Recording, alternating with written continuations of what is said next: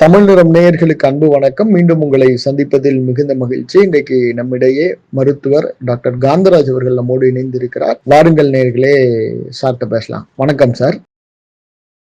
Sir, யூடியூபை திறந்தாலே உங்க வீடியோவா இருக்கு. எங்க பார்த்தாலும் யூடியூப் சூப்பர் ஸ்டாரா மாறிட்டீங்க. என்னதான் சார் நேத்தி அந்த விழால நடந்துச்சு, என்ன நடந்துச்சு, அதை நம்ம நேயர்களுக்காக கொஞ்சம் பகிர்ந்தீங்க சார். அவர் நலத்துறை அமைச்சர் மாண்புமிகு மா சுப்பிரமணியம் அவர்கள் வந்து என்னை தொடர்பு கொண்டார். ஓகே, நீங்கள் வந்து பேசணுன்னாரு. சரிங்க அப்படின்ட்டேன். ஆமாம், மினிஸ்டர் கூப்பிடுவோம். நான் சாதாரணமாக தான் எடுத்துக்கிட்டேன். ஆனால் அவருடைய பிறந்தநாள் அன்னைக்கு இல்லை, 10 நாள் கழித்து தான் வைக்கிறேன் அப்படின்னு சொல்லிட்டு ஒரு கருத்தரங்கு மாதிரி வைக்க போகிறேன் அப்படின்னாரு. யார் வர்றாங்க என்னன்னு சொல்கிறேன். நான் என்னை பற்றி என்ன கூப்பிட்டாரு, சரின்னு நான் இது பண்ணிட்டேன். அப்புறம் வந்து அவருடைய உதவியாளர், நேர்முக உதவியாளர் அருள் பிரகாசம் அவர்கிட்ட பேசினார். அவர் லேசாக சொன்னார். எனக்கு அப்பவும் நான் இது கற்பனையே பண்ணலை. நிகழ்ச்சி அன்னைக்கு நான் வரத்துக்கு நான் டாக்ஸி நான் எப்படி வருவீங்க, நான் டாக்ஸி அரேஞ்ச் பண்ணிட்டு வர்றேன். அப்படி இல்லை இல்லை இல்லை இல்லை, நாங்கள் வண்டி அனுப்புவோம், அந்த வண்டியில் தான் நீங்கள் வரணும். சரி அனுப்புங்கட்டார். பார்த்தா இந்த ஏரியா கவுன்சிலர் வர்றாரு என்னை கூட்டிகிட்டு போகிறதுக்கு. BMW காரில் ஏற்றிட்டு போகிறார். ராஜ்பவனை திரும்புகிறேன், அந்த குருநானக் ரோடு அந்த இதில் திரும்புகிறேன். அங்கேருந்து ஜெகஜோதியர் லைட்டும் அப்படியே சீரியல் லைட்டும் அது இது சும்மா மைசூர் வந்து தசராவுக்கு எப்படி மைசூர் அலங்காரம் பண்ணுவாங்களோ, இப்போ எங்கே பார்த்தாலும் லைட் இருக்குமோ அந்த மாதிரி ஜெகஜோதியா. அந்த பிரம்மாண்டத்தை நான் நினைச்சே பார்க்கல. மக்கள் அப்படியே சாரியாக வந்துக்கிட்டு இருக்கிறாங்க. எல்லாம் அங்கே வர்றாங்க. நான் அந்த குருநானக் கல்லூரியில் வந்து நான் எம்ஜிஆர் மருத்துவ பல்கலைக்கழகத்தில் இருந்தபோது செவ்வாய்க்கிழமை மத்தியானம் கவுன்சிலிங் செஷன் நடத்துவோம் மாணவர்கள். அதுக்கு நான் போவேன். பக்கத்துலேயே இருந்ததுனால போயிட்டு அப்போ பார்த்த அந்த கல்லூரியும் நேற்று முந்தா நாள் பார்த்த அந்த கல்லூரிக்கு எனக்கு அடையாளம் தெரியும். எவ்வளோ மாற்றங்கள் ஏற்பட்டுருக்கு. பயங்கரமான மாற்றங்கள், ரொம்ப பிரமாதமான இது. வெளியில் நிற்கிறாங்க, உள்ள ஆடிட்டோரியம் சின்னது தான், வெளியில் ஆயிரக்கணக்கான பேர் நிற்கிறாங்க. அவங்களுக்கு ஸ்க்ரீன் எல்லாம் போட்டிருந்தாங்க. நான் எதிர்பார்க்கல. உள்ள பத்திரிகையிலே ஆனால் போட்டிருந்தாங்க. பார்த்தாக்கா அதில் அல்பா ஆத்மா வந்து நான். ஓகே, மிச்சம் எல்லாம் பார்த்தா பெரிய பெரிய ஆட்கள். ராம் இந்து பத்திரிகையினுடைய ராம் உலக புகழ் பெற்றவர். அதே மாதிரி உலக புகழ் பெற்ற கோபால், நக்கீரன் கோபால், ரங்கராஜ் பாண்டே பாஜகவுடைய மிகப்பெரிய ஆள். நானும் பிரியன் அவர்களும் தான் சாதாரண ஆள், அடையாள ஆட்கள். 2 பேரும் டிவியை தவிர வேறு எதுவும் எங்களுக்கு யாருக்கும் தெரியாது. நான் கொஞ்சம் தடுமாறிட்டு பிரியன் இருந்துக்கிட்டு 6 வழியில் நின்றுக்கிட்டு இருந்தாரு. பிரம்மாண்டமாக இருக்குங்க டாக்டர், எனக்கு கை கால் ஆடுதுங்க. நமக்கு இந்த பழக்கமே இல்லையே, மேடையில் பேசினாரு. பார்க்க சமாளிக்கிறாங்க. அப்படி தான் போனால் அது அனுபவம். அதாவது அந்த மேடையில் நான் நிறைய பேசியிருக்கேன், அது எனக்கு பிரச்சனை இல்லை. பட்டு இந்த மாதிரி ஒரு பெரிய ஜாம்பானோட வந்து நான் உட்காந்தது முதல் முறை. டிவி நிகழ்ச்சிகள்லாம் என்ன மாதிரி நெறியாளர்களோட தான் பேசியிருக்கோம். அவங்கக்கிட்ட எனக்கு பிரச்சனை கிடையாது. அவதான் நான் பெருசாக நினைச்சதில்லை. ஹிந்து பத்திரிகையினுடைய பெரிய உலக புகழ் பெற்றவங்களும் கோபால் போடுறோம் சார். நீங்களும் உலக புகழ் பெற்ற ஒரு யூடியூபர் சார். அப்படியே நீங்க சொல்றீங்க, கேட்டுக்க வேண்டியதுதான் சொல்றேன். அதாவது நான் அது இது பண்ணும்போது இதுல வந்து என்னன்னாக்கா, ராம் அவர்கிட்ட தான் நான் பழகினது இல்லை. அவருடைய சகோதரர் ரவிக்கும் எனக்கும் பழக்கம் உண்டு. ஓகே, ரவி வந்து அவரும் எடிட்டராக இருந்தார். ஓகே, இந்துவில் எடிட்டராக இருந்தார். ராமுக்கு அப்புறம் அவர் தான் இருந்தார். அவர் வந்து Tamil Nadu state aquatic board, state aquatic society, அது தமிழ்நாடு நீச்சல் கழகம், அதனுடைய தலைவராக இருந்தார். ஓகே, நீச்சல் கழகத்தினுடைய தலைவராக இருந்தார். அந்த ஸ்விம்மிங் அசோசியேஷன் தலைவராக இருந்த அவருக்கு கீழே உபத்தலைவராக இருந்தது நான். Okay, okay. அதில் நானும் ஒரு அடிக்கடி சந்திச்சுக்குவோம். ஹிந்து ஆஃபீஸில் தான் அந்த கூட்டமெல்லாம் நடக்கும். அதுக்காக நான் அடிக்கடி போவேன். அதனால் ரவி எனக்கு நல்லா தெரியும். ராம்கிட்ட அவ்வளோ நான் பழகினதில்லை. ஆனால் அவரை பற்றி பல தகவல்கள் எனக்கு தெரியும். அதனால் அது இருந்தது. கொஞ்சம் பெரியவர்களோட உட்காந்துருக்கும் போது கொஞ்சம் கை காலில் கொஞ்சம் லேசான ஒரு உதறல் இருந்தது. கண்டிப்பாக சார். பாண்டே அதுல பேசின விஷயம்லாம் சரியா சார்? அந்த கருத்தை கேட்கறதுக்காக தான் நான் அவரை கூப்பிட்டதே. ஓகே, ஒரு மாற்று கருத்துக்கள் அங்கே சொல்லணும் சார். ஒரு திமுக மேடையில திமுக வச்சு செஞ்சுட்டு போயிருக்காரு. அங்க எல்லாருமே கை தட்டி ரசிச்சு முன்னாடி உட்கார்ந்த அந்த அமைச்சர் உட்பட எல்லாரும் ரசிக்கிறாங்க. இது சரியான பார்வையா சார்? இல்லை, இது அதுதான் திமுகங்கிறது. ஜனநாயகம். மாற்று கருத்துக்களை நாங்கள் ஏற்றுக்கிறோம். அண்ணா என்ன சொன்னார், கல்கி இறந்த போது, கல்கிக்கு இது பண்ணும்போது ஒரு சனாதனவாதி அவருக்கு எப்படி இது பண்ணுவாங்கன்னு போது அண்ணா எழுதுனது என்னன்னா, மாற்றான் தோட்டத்து மல்லிகை என்றாலும் மனமுள்ள மலரே அப்படின்னாரு. மாற்றான் தோட்டத்து மல்லிகை என்றாலும் மனமுள்ள மலரே. பூவுக்கு வாசனை உண்டு, அது மாற்றான் தோட்டத்தில் இருக்கிறதால அந்த பூவுக்கு வாசம் போயிடாது. அதே மாதிரிதான் பாண்டியனுடைய கருத்துக்களை நம்ம கேட்டுக்கணும். புகழ்ந்து பாடுறதுக்கு நாங்க 4 பேர் வந்துட்டோம், இப்படி வசப்படுறதுக்கு ஒருத்தர் இருக்கணும். அப்பதான் நமக்கு பேலன்ஸ் ஆகும். இல்லாட்டி போனா வெறும் பாராட்டு பத்திரத்தை படிச்சுக்கிட்டு போய் அதுல என்ன இருக்கு, வெறும் ஸ்வீட்டே சாப்பிட்டுக்கிட்டு இருக்கோம். அதுதான் நான் சொன்னேன், ஸ்வீட்டே சாப்பிட்டுக்கிட்டு தகிட்டு போகும். ஒரு காரம் கூட இருக்கும், அந்த காரம் அவர் பாண்டே அவர் பேசுறது எதுவுமே தப்பு இல்லை, தப்புன்னு நான் சொல்ல வர்றேன். அது இந்த கருத்தும் இருக்குது உங்க ஆட்சியை பத்தி. உங்களை புகழ்ந்து பேசுகிற எங்கள் கருத்தும் இருக்கிறது, உங்களை வந்து விமர்சிக்கிற இந்த கருத்தும் இருக்கிறதுங்கிறது அமைச்சருக்கு போய் சேரணும். இல்ல அமைச்சர் வந்து இது முதல்வருக்கு இந்த செய்தியை சொல்றாரு, வாழ்த்துறதுக்கு உங்களுக்கு 4 பேர் இருந்தாலும் திட்டத்துக்கு ஒருத்தர் இருக்காரு. அதுதான் தேவை.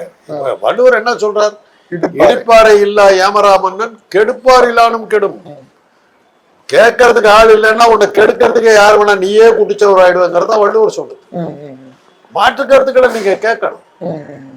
ஒற்கை பாண்டியன் கதை உங்களுக்கு தெரியும், அப்ப தேவையில்லாம போய் கதவை தட்டுறான், தப்புன்னு அப்புறம் அவனுக்கு தெரியுது, தன்னுடைய கையை வெட்டிக்கிறான்.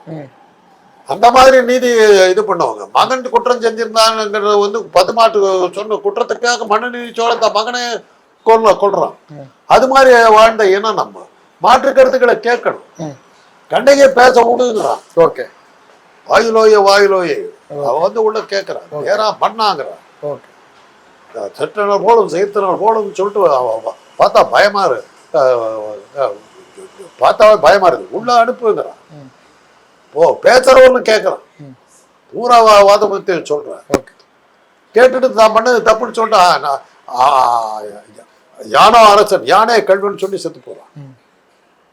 அப்படிப்பட்ட இது மாற்று கருத்துக்களை நம்ம கேட்கணும், கேட்கலன்னா நம்ம இது பண்ண முடியாது. உங்களை சொல்றாரு பேசுறப்ப, காந்தராஜ் அண்ணன் பேசுறத வந்து ஹெட்செட் போட்டுட்டு தான் கேட்கணும், அவர் வந்து திராவிட பாரம்பரியம் உள்ளவர் அப்படின்னு சொல்றாரு. இப்ப இதுல இருந்து பாண்டே சொல்ற விஷயம் என்னன்னா, திராவிட பாரம்பரியம் உள்ளவங்க எல்லாம் ஆபாசமா பேசுவாங்களா, ஹெட்செட் போட்டு பேசுவாங்களா, அதுக்கு உங்களோட பதில் என்ன சார்?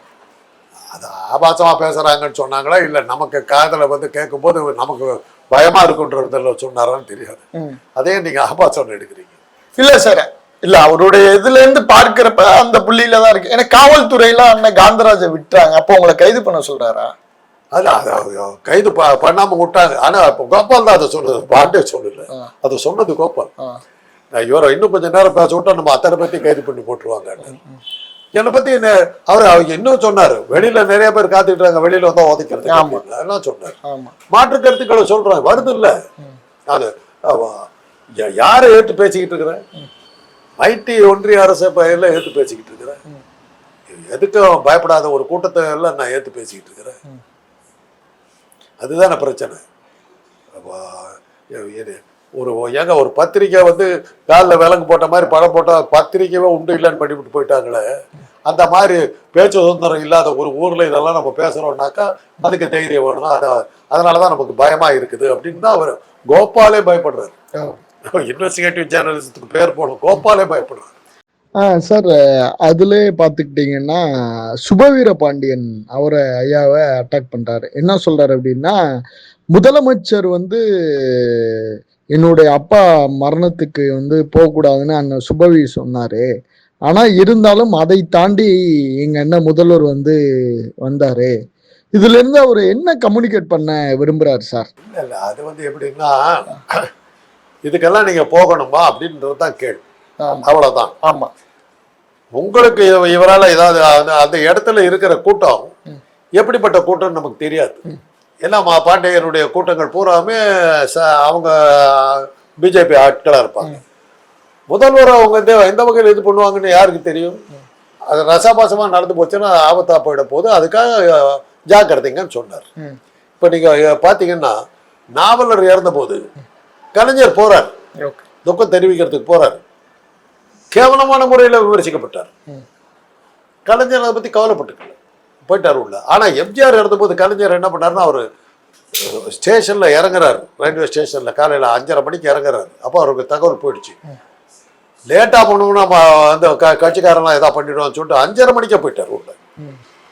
முதல் ஆள் வெளியே போய் எம்ஜிஆருக்கு அஞ்சலி செலுத்தினது கலைஞர். அங்கே 5:30 மணிக்கே போய் எல்லாம் பண்ணிட்டு அவர் பாட்டுக்கு வந்துட்டார். அந்த இல்லாட்டி போனால் கட்சி தொண்டர்கள் இருக்கும்போது இன்னும் பாவி உன்னாலதான் செத்தாரா எதோ ரசாபாசமாக நடந்துக்கிறதுக்கான வாய்ப்புகள்லாம் இருந்திருக்கும். அதனால இந்த மாதிரி சந்தர்ப்பங்கள் எல்லாம் அதைத்தான் வந்து ஒரு கோபால் சொன்னார். அது அதனாலதான் இப்போ அவர் வந்து இதுக்கு முன்னாடி என்ன கேட்டவர் வந்து பாண்டே பேசுனதுக்கு பிறகு பேசியிருந்தா நீங்க என்ன பண்ணிருப்பீங்க தெரியாது, எனக்கு வகத்தொகை எல்லாம் நான் இஷ்டத்துக்கு ஏதாவது பேசியிருப்பேன் மாட்டி கூட இருந்திருப்பேன். அது நடிகைகளை பத்தி பேசுறதுக்காக எனக்கு வந்து ஒரு ஒரு அம்மா போய் போலீஸ்ல கம்ப்ளைண்ட் கொடுத்துச்சு இல்லை, அதை வச்சுட்டு சொன்னாங்க. அது நான் போய் அது அவங்க போய் நின்று அவங்க விசாரிச்சாங்க, சொல்லிட்டு வந்துட்டேன். Okay sir. அப்புறம் இந்த நம்ம ஜென்ராம் சார் அப்புறம் கல்கி பிரியன் சார் அவங்க 2 பேரையும் திமுக மேடையிலே வச்சுக்கிட்டு இவங்க வந்து திமுக ஆதரவாளர்கள் அப்படின்னு சொல்றாரு. ஒரு நடுநிலை பத்திரிகையாளர்களை திமுக சாயம் பூசுகிற இந்த பாண்டியோட இந்த செயல்பாடை எப்படி சார் நம்ம புரிஞ்சுக்கிறோம்? ஏன்னா ராம் வந்து அவங்க குடும்பத்திலே ராம் வந்து கொஞ்சம் வித்தியாசமானவராக இருக்கார். ஓகே. அதாவது ஹிந்து பத்திரிகை வந்து செய்திகளை மட்டுமே தருகிற பத்திரிகையாக இருந்தது. விமர்சனங்களை அவங்க சொன்னதே கிடையாது. தலையங்க ஒன்றில் தான் விமர்சனங்கள் இருக்கும், மற்றபடி விமர்சனங்களே அவங்க பத்திரிகையில் வந்தது கிடையாது. அதை அப்படியே மாற்றி போஃபார் ஊழலை வந்து மிக பெரிய அளவில் கொண்டு போனது ராம். ஒன்றிய அரசுக்கு ஆதரவாக செயல்பட்டுக்கிட்டு இருந்த ஒரு பத்திரிகையில ஒன்றிய அரசுக்கு எதிராக ஆணித்தரமான இதெல்லாம் ஆதாரங்களை எல்லாம் வெளியிட்டு போஃபார்ஸ் வழக்கு பெரிய லெவல்ல கொண்டு போனார். அப்படியே ஹிந்துவா அப்படின்னு கேட்டாங்க. அந்த அளவுக்கு போயிடுச்சு. அது எப்படி போட்டாங்க, ஒரு கார்ட்டூன் போட்டாங்கன்னா மடிசார் கட்டிக்கிட்டு இருந்த ஹிந்து ஜீன்ஸும் டாப்ஸும் போட்டுக்கிட்டு இருக்கிற மாதிரி மாறிடுச்சுன்னா கார்ட்டூன் போட்டாங்க. அந்த அளவுக்கு புரட்சியா மாத்தினார் அவர். இதையே 2 வகை இதை நடந்தது. பாரம்பரியமா அவருக்கு இருந்த வாசகர்கள் பல பேர் ராம் வந்து அதுக்கு பிறகு போயிட்டாங்க, அதை படிக்காம விட்டாங்க. அதே சமயத்தில் புதுசா பல பேர் உள்ள வந்தார். அது ராமனுடைய சாதனை. பல சமயங்கள்ல ராம வந்து ஒரு திமுக ஆதரவாளர் இருக்கிற ஒரு இது இருந்தது அவர்கிட்ட. அவருடைய அத வந்து பிஜேபி ஆதரவாளர் பாண்டே சொல்லிதான் இவங்க டிஎம்கே ஆதரவாளர் தெரியாது. அவருக்கு இருந்த வருத்தம் என்னன்னா, எங்களுக்கு ஆதரவா இருந்த நீ இந்த மாதிரி மாறி போயிட்டேங்கிறத அவர் சொல்றாரு. அததான் பாண்டே சொல்றாரு, எங்களோட வந்திருக்க வேண்டிய ஆள் நீ அந்த பக்கம் போயிட்ட அப்படின்னு.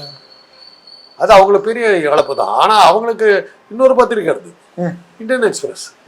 அவங்களுக்காக ஓடுது, வகத்தொகை இல்லாம வருது இல்லை, தினமணியில வராத கட்டுரைகள். அது அவங்களுக்கு வேணுங்கிற பத்திரிகைகள் இருக்கு. தினமலர், தினமணி, இந்தியன் எக்ஸ்பிரஸ் அவங்கள ஆதரிச்சுக்கிட்டு இந்து அதில் இருந்து நேர்மாறா நிற்கிறாங்க. இந்துக்கிட்ட அதை அவங்க எதிர்பார்க்கல. அது கொஞ்சம் புரட்சிகரமாக போயிட்டு இருக்கு. அதனால தான் அவர் வந்து இதை சேர்ந்தவங்க. பிரியன் வந்து என்னோட பல நிகழ்ச்சிகளில் கலந்துட்டு இருக்காரு, விவாத மேடைகள் எல்லாம் கலந்துட்டு இருக்காரு. ஏறத்தாழ என்னுடைய கருத்தை ஒட்டி தான் அவரது இருக்கும், இல்லாத அவருடைய கருத்தை ஒட்டி தான் என்னது இருக்கும். அவர் வந்து ஒரு திராவிட இயக்கத்தை சம்பந்தமாக தான் ஃபாரா தான் பேசுவார். அதனாலதான் கோபால் சொல்லும் போது நாங்க 4 பேர் ஒரு ஆளுங்க, பாண்டே தான் வித்தியாசமான ஆளு.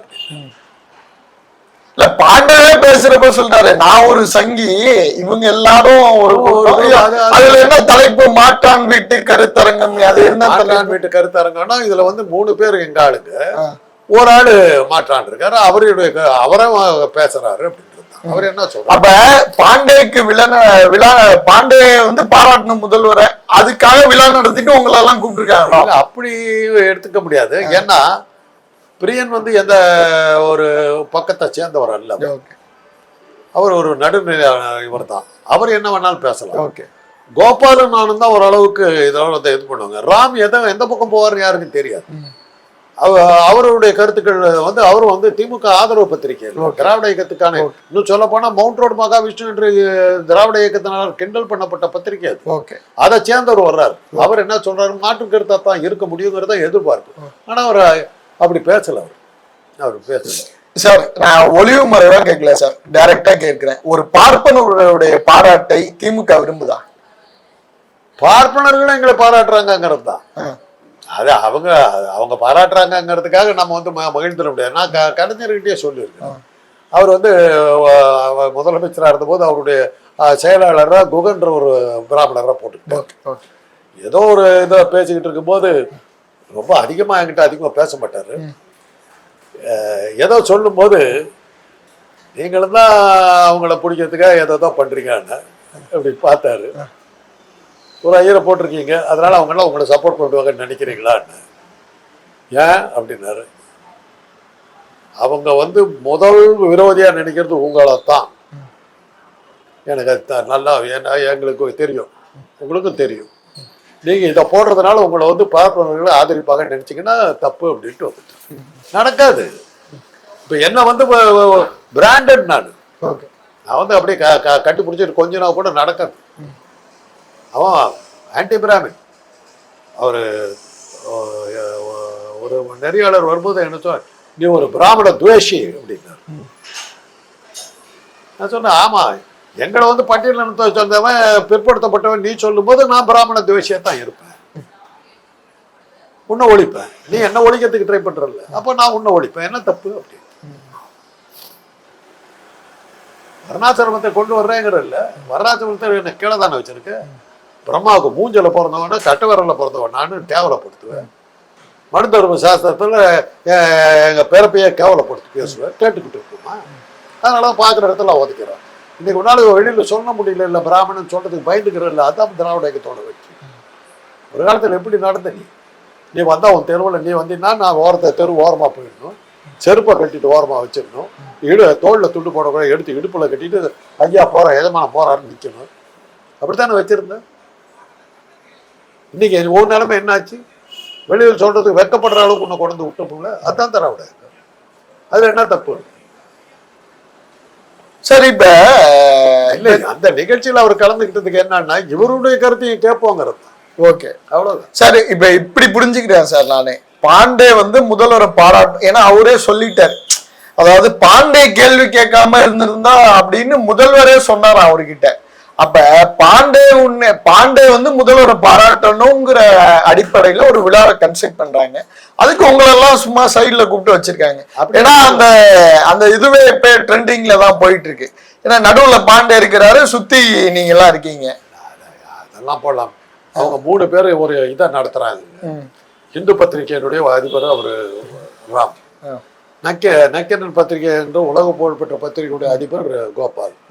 நானும் பெரிய தனி மனிதன், எங்களுக்கு இயக்கமும் கிடையாது, எதுவும் கிடையாது, தனி மனிதன். அந்த வரிசையில் வரும்போது நாங்க எங்க பேர் கிடத்தாங்க வயசாக போடுறாங்க. நம்ம அந்த கூட்டத்திலேயே அந்த அழகத்திலேயே அந்த ஏரியாவிலேயே வயசானவங்க எனக்கு தான் முதல் பேர். Okay okay, Periyar. Okay okay, பெரிய சார். அப்புறம் இன்னொன்னு சார், பாண்டே பேசுறாரு, ஆனா எல்லாரும் முன்வரிசையில இருந்து கடைசி வரையும் ஒரே கைத்தட்டல். அவர் எல்லாமே அவர் பேசுற பேச்ச நீங்க டீகோட் பண்ணி பாத்தீங்கன்னா கிட்டத்தட்ட எல்லாமே வஞ்ச புகழ்ச்சி. என்ன சார், அந்த புரிதல் கூட இன்னைக்கு திமுக தொண்டர்கள்ட்ட, குறிப்பா அமைச்சர்கள்ட்ட கூட இல்லாத ஒரு பெரிய வருத்தமா இல்லையா உங்களுக்கு? அந்த நேரத்துல சரியா புரிஞ்சுக்க போட்டுட்டு சார், அந்த திமுக அவர் வந்து திமுக அரசை பத்தி பேசுறாரு. குறிப்பா வந்து எந்த ஒரு சாதனை பத்தியுமே அவர் தெளிவா பேசவே இல்லை, திமுகவுடைய எந்த சாதனை பத்தியும். அதுல பாண்டே தன்னுடைய தனித்துவத்தை நிரூபிச்சிட்டாரோ? அதனால என்னங்க இப்போ அவரும் வந்து அந்த மேடையில வந்து உட்கார வேண்டிய கட்டாயத்துக்கு ஆளானார்ல, அவ்வளவுதான். ஒரு மாற்றானுடைய கருத்தை நம்ம கேட்டுக்கிட்டு போய் அவர்கிட்ட சொல்ல வேண்டியது கட்டாயம் இருக்குது இல்லை நமக்கு. அதான் நான் சொன்னேன், இப்படி விமர்சனங்களும் உங்களுக்கு இருக்குது, கேட்டுங்க. நம்ம மேடையிலேயே நம்ம கொடுக்குற இடத்த கொடுக்குறோம், எங்கே போய் திட்டாரு என்கிட்ட திட்டு, நாங்க பதில் சொல்லிக்கிறோம். நான் திமுகவினர் இன்னும் கொஞ்சம் எஜுகேட் பண்ணுமோ சார்? ஏன்னா நிறைய பட்டறை பாசறை எல்லாம் நடத்துறாங்க. ஆனா குறிப்பா என்ன நடக்குது அந்த சூழலை புரிஞ்சிக்காம எல்லாரையும் உற்சாகமா கைத்தட்டி, கிட்டத்தட்ட பாண்டே பேசினப்பதான் அவங்க எல்லாருக்குமே கையே வலிச்சிருக்கும். பிறகு ஒருவேளை அந்த விழிப்புணர்வு கூட இல்லாம இருக்காங்களோ? இதையே ரசிப்போம் நாங்கள் காட்டியிருக்காங்க, அவ்வளவுதான். ஓகே, என்ற விமர்சிச்சாலும் ரசிப்போம். அதை பத்தி என்ன இருக்கு? அது அவர் தான் கூடி குறுகி நிற்கணும். நம்ம ஒன்றும் மோடி இல்லை. விமர்சனத்தை பார்த்து ஓடி ஒதுங்கிறதுக்கோ பயந்து நடுக்கிறதுக்கோ நம்ம ஒன்றும் மோடி இல்லை. கால வழக்கு போட்டாங்கிற இதை பார்க்கறதுக்கு தாங்க முடியாம இது தரவு போடுறாரு. பார்லிமெண்ட்டுக்கு ஏன் வரமாட்டேங்கிறாரு? கேட்கறதுக்கு தைரியம் இல்லை. நாங்க அப்படி இல்லை, நீ தாக்கி பேசு. நன்றி சார்.